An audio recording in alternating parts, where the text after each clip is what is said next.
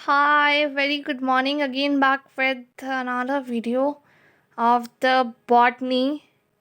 I hope कि जो पहले का आप लोग रिवाइज कर चुके होंगे, अब प्लेयर बॉटनी और जियोलॉजिकल टाइम स्केल की टर्न आ चुकी है। फाइनली इट्स चैप्टर 3 और बिना टाइम वेस्ट करे हुए with the important points we begin the theory. तो let's move ahead. Nomenclature of fossils कैसे किया जाता है? Rules governing the nomenclature of living plants also apply to fossils. जैसे हम किसी लिविंग चीज़ का नॉमनक्लेचर करते हैं, वैसे ही फॉसिल्स का भी नॉमनक्लेचर होता है। Fossilisation of plants beside other factors also depends upon the hardness and softness of tissue पे डिपेंड करता है। हार्डर टिश्यू होगा तो चांसेस ऑफ फॉसिलाइजेशन ज़्यादा होते हैं। हार्डर टिश्यू जैसे कि टीथ हो गया, फिर बोन्स हो गए, स्केलेटन के फॉसिल्स मिलते हैं ज़्यादातर, ऐसे आप लोगों ने देखा होगा। जो हार्ड पार्ट होगा उसके फॉसिलाइजेशन होने के चांसेस ज़्यादा होंगे। Consequently, a complete plant is rarely preserved and fossils of only fragments के हमें fossils मिलते हैं। As these fragments are being discovered at different times by different workers, it becomes very difficult to organize scattered fossil fragments and organs into complete plant and assign the binomial to the whole. तो it's a typical process क्योंकि अलग अलग parts में मिलते हैं एक तो, और फिर नेम देना। Therefore, the suggestion of 6 International Botanical Congress each detached plant part को genus consider करा गया। Unlike living plants, the generic name in fossils is applied only to a plant part without actually indicating to what plant it belongs. Each part represents a form genus, जिसे organ genus बोलते हैं और artificial genus बोलते हैं। A complete plant is then reconstructed by putting together these form genera on the basis of their similarity and period to which they belong। तो इस तरह से हम एक पूरे प्लांट फॉसिल का नॉमेनक्लेचर कर सकते हैं। अलग अलग चीज़ों को एक साथ ऐसा पजल की तरह रख के नेमिंग की जाती है। एक नहीं कि पूरा प्लांट आपको ऐसा फॉसिल मिला है, तो अलग अलग बेसिस के ऊपर ये नेम्स दिए जाते हैं। रूल्स क्या हैं देख लेते हैं। इन नेमिंग ऑफ फॉर्म जीनस और पर्टिकुलर सफिक्स दिए जाते हैं, उन सफिक्स को देख लेते हैं। डेंड्रॉन स्टेम्स को दिया जाता है, लेपिडोडेंड्रॉन और लाइगिनोडेंड्रॉन। फाइलम लीफ के लिए यूज़ होता है। जाइलॉन वुडी पार्ट्स के लिए। स्पर्मम कार्पॉन कार्पस और स्टोमा सीड्स के लिए यूज़ होता है। माइक्रोस्पोरेंजिका के लिए थिका यूज़ होता है। स्ट्रोबस टुआ कोन के लिए यूज़ करते हैं। तो लेपिडोस्ट्रोबस और एंड्रोस्ट्रोबस जैसे एग्जाम्पल हो जाएंगे इसके। आई होप ये आपको क्लियर होगा कि किस तरह से नॉमेनक्लेचर करा जाता है।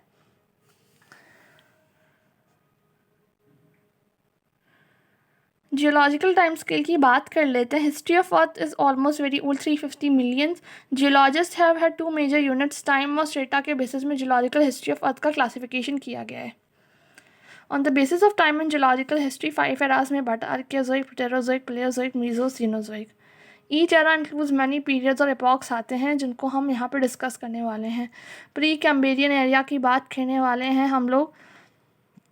Archaeozoic Proterozoic together Precambrian era के अंदर आते हैं। आर्कियोजोइक यानी कि बैक्टीरियल फॉर्म ऑफ लाइफ थी, प्रोटेरोजोइक थोड़ी माइन्यूट लाइफ आई उस टाइम तक।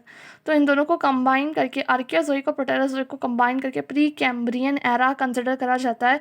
लाइफ ओरिजिनेटेड ऑन अर्थ आ गई थी उस टाइम तक। रॉक ऑफ दिस एरा है बहुत कम फॉसिल बिकॉज इधर the environment was not suitable for fossilization और the organism present during that time had tissues not fit for fossilisation.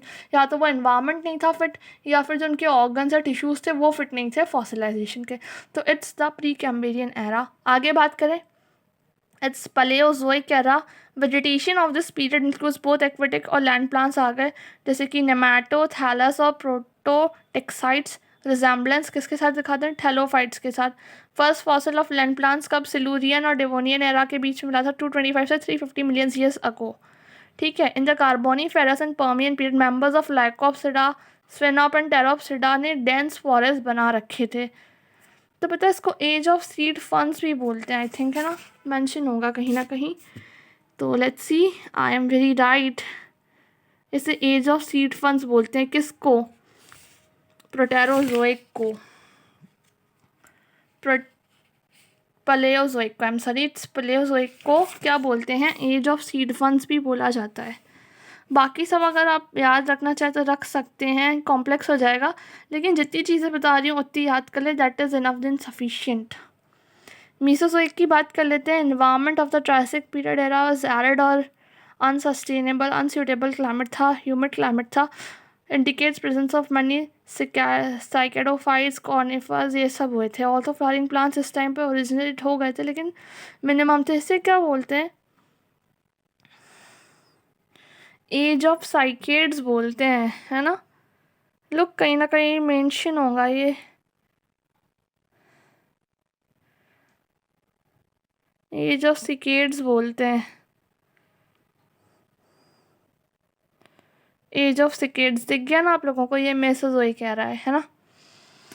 फिर सीनोजोइक कह रहा है, इसे एज ऑफ एंजियोस्पर्म बोलते हैं। आइस एज हुई, मेल्ट्स हुए पोल्स, दिस वाज अकम्पनीड। फिर जो ट्रॉपिक्स में जाने थे वो ट्रॉपिक्स में चले गए। अल्टरनेशन ऑफ क्लाइमेट और सिग्निफिकेंट इफेक्ट वेजिटेशन में देखने को migrated towards a tropical region and those which could not migrate वो एक्सटेंट हो चुके हैं, ठीक है। तो ये इसे एज ऑफ एंजियोस्पर्म बोला जाता है, कैसे, सीनोजोइक एरा को। ऑब्जेक्टिव्स ऑफ प्लेबॉटनिकल स्टडीज़ क्या हैं, ये भी इम्पॉर्टेंट है, 5 मार्क्स का क्वेश्चन आता है और ज़्यादा का भी आ सकता है।